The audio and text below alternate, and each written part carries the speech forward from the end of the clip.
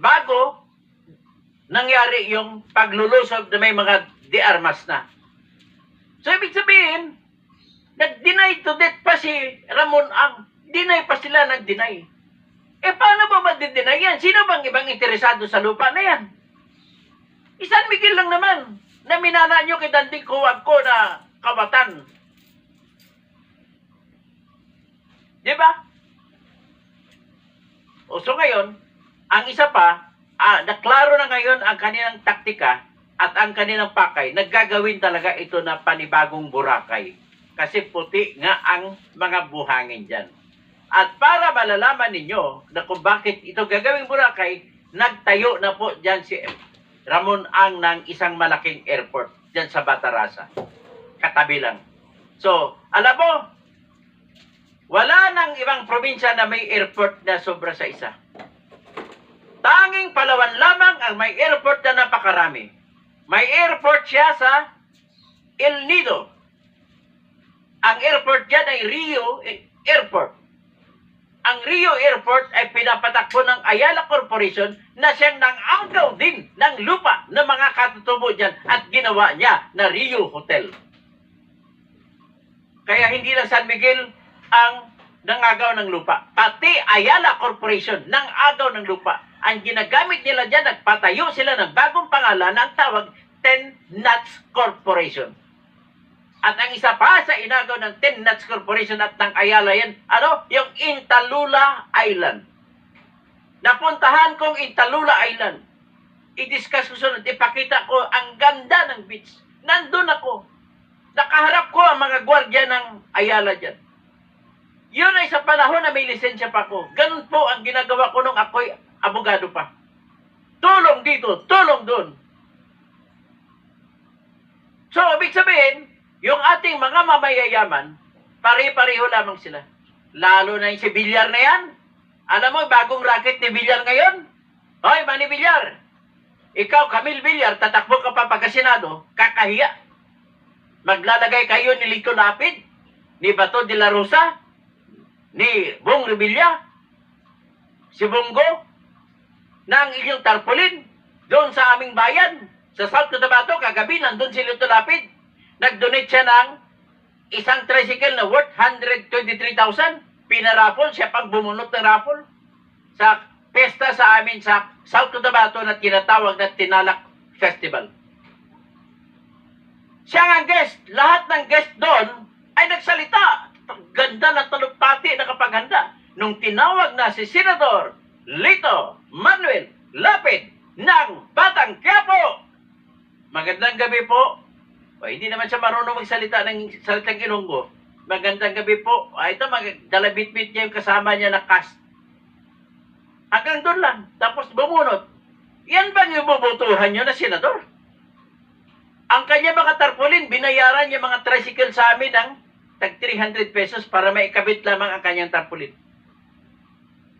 So, yan po ang ating mga mayayaman. Hindi na nila naiisip ang kanilang tinatapakan. Kung tama ba, nakatapak ba sila ng tae o hindi. Ay. So, ngayon, para maniwala kayo, diretso muna ako doon sa usapin na kay Lapid at saka kay Kapil. Tapos, babalik tayo sa isla ng Sitio Mariangin. O di kaya sa ibang araw ko na ipagpatuloy kung paano nila niyari ang pagyari sa mga tambak ng mga katutubo. Okay. Dahil sa maganda ang resulta at marami na kukuhang mga informasyon, yung investigasyon ng House of Representatives mula kay Mayor Jing Kapil ng Pura. Biro mo, lumalabas mula ng 2019 na naging pugo na yan. Ang binabayarang business permit, magkano? 10,000 lang. Hindi kinuna ng business permit ang kada restaurant sa loob ng Pugo. Hindi kinuna ng business permit ang lahat ng mga establishmento sa loob ng Pugo. Kumbaga, kumuha na lang sila, binigyan na lang nila ng business permit para sa pangkalahatan. Mali po yun. Tingnan mo ang mga mall. Tingnan mo kagaya ng SM, kagaya ng Ayala Mall, kagaya ng Robinsons Mall. Kagaya ng kung ano pang mall dyan. Yung all home mall ni Kwan. Ni Villar. Lahat po na mga nagtitinda sa loob ng mall ay may hiwa-hiwalay na business permit. Halimbawa, pag-usapan lang natin itong MUA. Ilang establishmento sa loob ng MUA. Hindi mo ba alam na ang barangay na nakakasakop sa MUA ay ang pinakamayamang barangay sa buong Pilipinas? Barangay 176, Pasay City. Yan. Saan ka makakita? Ang mga kagawad dyan ay nagsasahod ko ng 200,000 naman. Kagawad dyan ng barangay. Kasi malaki ang koleksyon nila, malaki ang ira nila. Malaki ang share nila kasi sakop nila ang MUA. Kaya mga kagawad dyan, tsaka kapitan, ayaw na tumakbo na konsehal ng bayan o di kaya mayor ng bayan ng city ng Pasay. Kasi mas malaki pa sa mayor at saka konsehal ang kanilang sweldo. So, yan po ang nangyayari, no? So, ito. Dahil doon, sa dami-dami, may mga sauna, may mga kung ano-ano pa na mga KTV bar na sa loob ng Pugo ay hindi man lamang kinunan ng buwis ni Mayor Jing Capel. So, sa loob ng 2019, 2020, 2021, 2022, 2023, ay 5 taon yan na hindi bababa sa 20 million a month yan, a year. Sa dami-dami ng, siyempre, pati restaurant, ang mga Chinese na Pugo doon na sila kumakain. Ang buwis pa naman na kukunin, nagbabase rin sa sales tax. Kung magkano ang binenta ng bawat establishmento, ganon din kalaki ang kukunin na buwis ng bayan. Hindi, 10,000 lang ang kinuha bawat taon. Ano kang klase? Kaya, hindi naman kapagtataka na kapag patayo ng 2 4-story na condominium ito si Jing Capel sa loob ng Royal Grand Palazzo. At kung nung isang araw, itong week lang ito, nakabili naman siya ng 2 SUV. Mayor Jing Capel, sa'yo ba yan? Ba't ikaw gumagamit? Siguro sa'yo yan. Pero pinangalan mo siguro sa iba. Si Lito Lapid din, ito ang manyak ng mga mansyon. Mansion manyak. Lito Lapid. May 2 mansyon dyan sa Porac. May kulay tsokolate at may kulay puti. White House. May mansion sa Angeles City na binili niya ng 2040. May mansion siya sa Philinvest 1 sa Quezon City, sa Batasan Hills, na binili niya noong 1995 mula sa kinita niya sa Lahar Quarry Scandal, na ninakaw niya sa 1 million a day na mga quarry sa Lahar. Nakabili siya ng 6 million worth na bahay diyan sa loob ng Philinvest. 1995 yun ha. Gaano kalaki ang 5 billion, 6 million noong 1995? Ikumpara mo sa ngayon. Umabot na yan times 10, 50 million o 60 million. Ganun po kamanyak si Lito Lapid sa mga bahay. Meron din siyang 2 mansion sa Amerika na ginamit pa nga ng misis niya na si Marisa Tadeo Lapid para ipiyansa sa kanyang kaso dahil nahuli siya ng Amerika ng FBI na nagbibitbit ng $40,000. Bawal po kasi ang magbitbit ng mahigit 10,000 sa kahit saang bansa, kahit anong pera. Kung pera ng Pilipino, pag pumunta ka sa Pilipinas at bumiyahe ka sa aeroplano, bawal na bumitbit ka ng mahigit sa 10,000 piso. At kung dollar ba ng karga mo, bawal ka bumitbit ng dolyares na mahigit sa 10,000 dolyares. Ang ginawa niya, $40,000 at halata talaga na galing sa nakaw ang pera. Bakit? Nung nahuli ng mga ahente ng Amerika sa airport, nakalagay sa mga medyas ang pera. Sabi sabihin, may intention siya na hindi niya ideklara yung pera. At kung hindi ideklara, Lito Lapid, pakisagot, saan ang galing yan? Gobernador ka pa noon ng Pampanga. Yan na hindi mo may tanggi. Ang ibang pinagkikitaan mo, Mr. Lito Lapid, ay yung fertilizer fund scam. At masasabi ko yan dahil hanggang ngayon nakabinbin pa ang kaso mo sa Sandigan Bayan sa tinatawag na fertilizer fund scam. Sa PDAP scam mo, sa pork barrel mo bilang senador, marami ka rin ang na-convert sa pera dyan. Kaya, anong gagawin? Magkasama sila ng kabalin niya na kunwari hindi niya kilala na si Jing Capel. Ang grupo ko, ang mga kaibigan ko, At 50 plus, umaraw o umulan, resistensya ay protektahan sa tulong ng Centrum Silver Advance. Tulong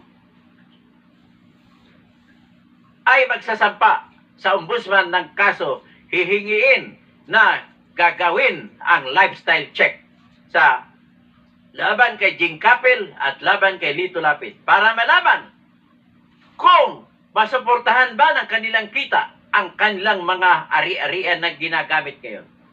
Ang yabang pa niya, pinakita pa niya yung mansion niya, may farm pa. Mahilig talaga ang farm, mga mayayaman, mahilig sa farm. Kagaya kay Alice ko, mahilig sa farm. Di ba? Jojo Alabata, ganun talaga mga mayaman, mahilig sa farm. Eh, ako, sa bayan ko sa Coronadal, wala kaming farm. Kasi anak kami mahirap. Kung makapunta ako sa farm, nagtatrabaho lamang ako bilang, tawag sa amin doon, taga-garab, kumpalay. Ay, bilang siya ng garab. Yung gagano, no? Gagapasin mo. Manggapas ka kung may harvestin na palay. At kung minsan magtanim, kaya kakanta kayo, magtanim ay di bero, maghapong na kayo po, di naman nakatayo, di naman nakaupo. Ayun. So ngayon, nakita nyo na ngayon na talaga dapat talaga ay imbestigahan yan ang mga yaman. Ha? Si Mayor Jing Capel, si Mayor pala, si Gobernador Lapid, may nag-report sa akin na meron din siyang mansion doon sa isa sa pinakamahal na lugar, sa Paseo de Gracia, sa Barcelona, Spain. So lahat ng mga yan, kailangan na talaga na lahat ng mga opisyal ng bayan, ang tanging makasawata niyan ay wala ng exemption. Lahat, pati Justice ng Supreme Court, magsumiti ng kanilang salin. Gaano kahalaga ang salin? Napakahalaga at napakadali hulihin. Bakit ko nasasabi? Kasi po, nagamit ko na ang salin para mahuli at kinasuhan ko si dating Mayor Edward Hagedorn na namatay na. Sana na mayapa ng kanyang kaluluwa. Ang kwento na na-discover ko sa kay Edward Hagedorn, nakuha ko ang kanyang salin. Pagkakuha ko ng kanyang salin, nakalagay lamang na ang kanyang propiedad ay nasa 59 properties. Pero ang salin niya, nakuha ko sa Assessor's Office ang lahat ng tax deck na may pangalan ni Edward Hagedorn. Pero nang tinignan ko ang kanyang salin, ang nakalagay, isang lote lang. So, huling-huli kagad.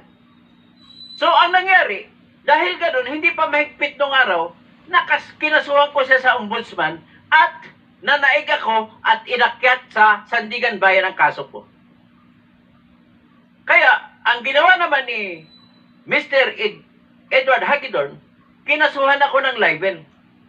Sapagkat, in-interview ako sa isang radio station at binanggit ko yung kwento na yun ng salin na kaso niya. Ngayon, nung dumating doon sa branch 48 ng Regional Trial Court ng Puerto Princesa, ako yung abogado para sa sarili ko. Tinanong ko yung mga testigo ni Hagedorn, ikaw ba, Miss Witness, kilala mo ba si Toto Kausing? Sabi niya, oo. Sabi ko sa kanya, kasunod na tanong, tumingin ka, palibot sa loob ng korteng ito. Hanapin mo, ituro mo kung saan dito si Toto Kausing. Kaharap niya ako. Ako si Toto Kausing, kaharap niya. Hindi ko makita wala siya dito O, inanalo tuloy ako. Kita mo yan. Sunod, ang isang testigo niya, driver niya, inupo niya. sa tingin ko, nakapanood dito si Councilor Elgin Damasco. Sa sunod, yung isang testigo niya, driver niya. Tinanong ko rin, Mr. Witness, witness ka ba ni dating Mayor Edward Hagidorn? Opo. Kano-ano kanya? Driver po. O ngayon, kilala mo ba si Toto Kausing na nagsalita sa radio station na kung saan sinabi niya na ang salin ni dating Mayor Edward Hagidorn ay mali-mali at kulang-kulang at isa lang ang diniklara niya pero may 59 properties pala siya.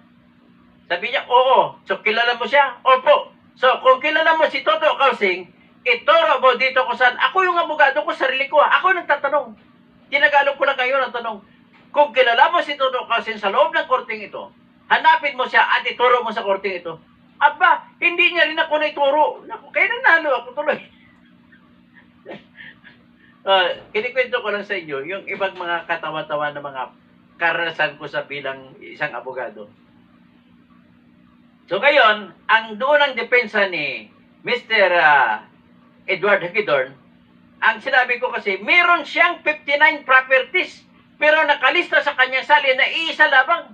Alam mo, nagpa-press con si Edward Hagidorn. Sabi niya, sinungaling yan si Toto Kausing. Bakit po? Kasi hindi po 59 ang property ko. E ano po?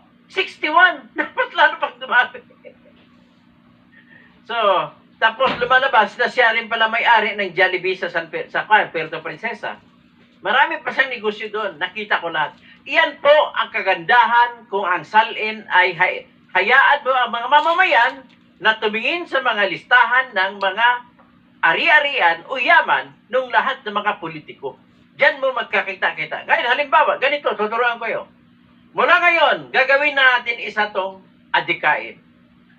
Personal na adhikain. Kung saan ka man sa parte ng Pilipinas, ang inyong politiko, pag nakita nyo, kunan nyo ng cellphone, o di ka, cellphone, hindi, kunan nyo ng litrato, pero mas maganda, kukunan nyo ng video.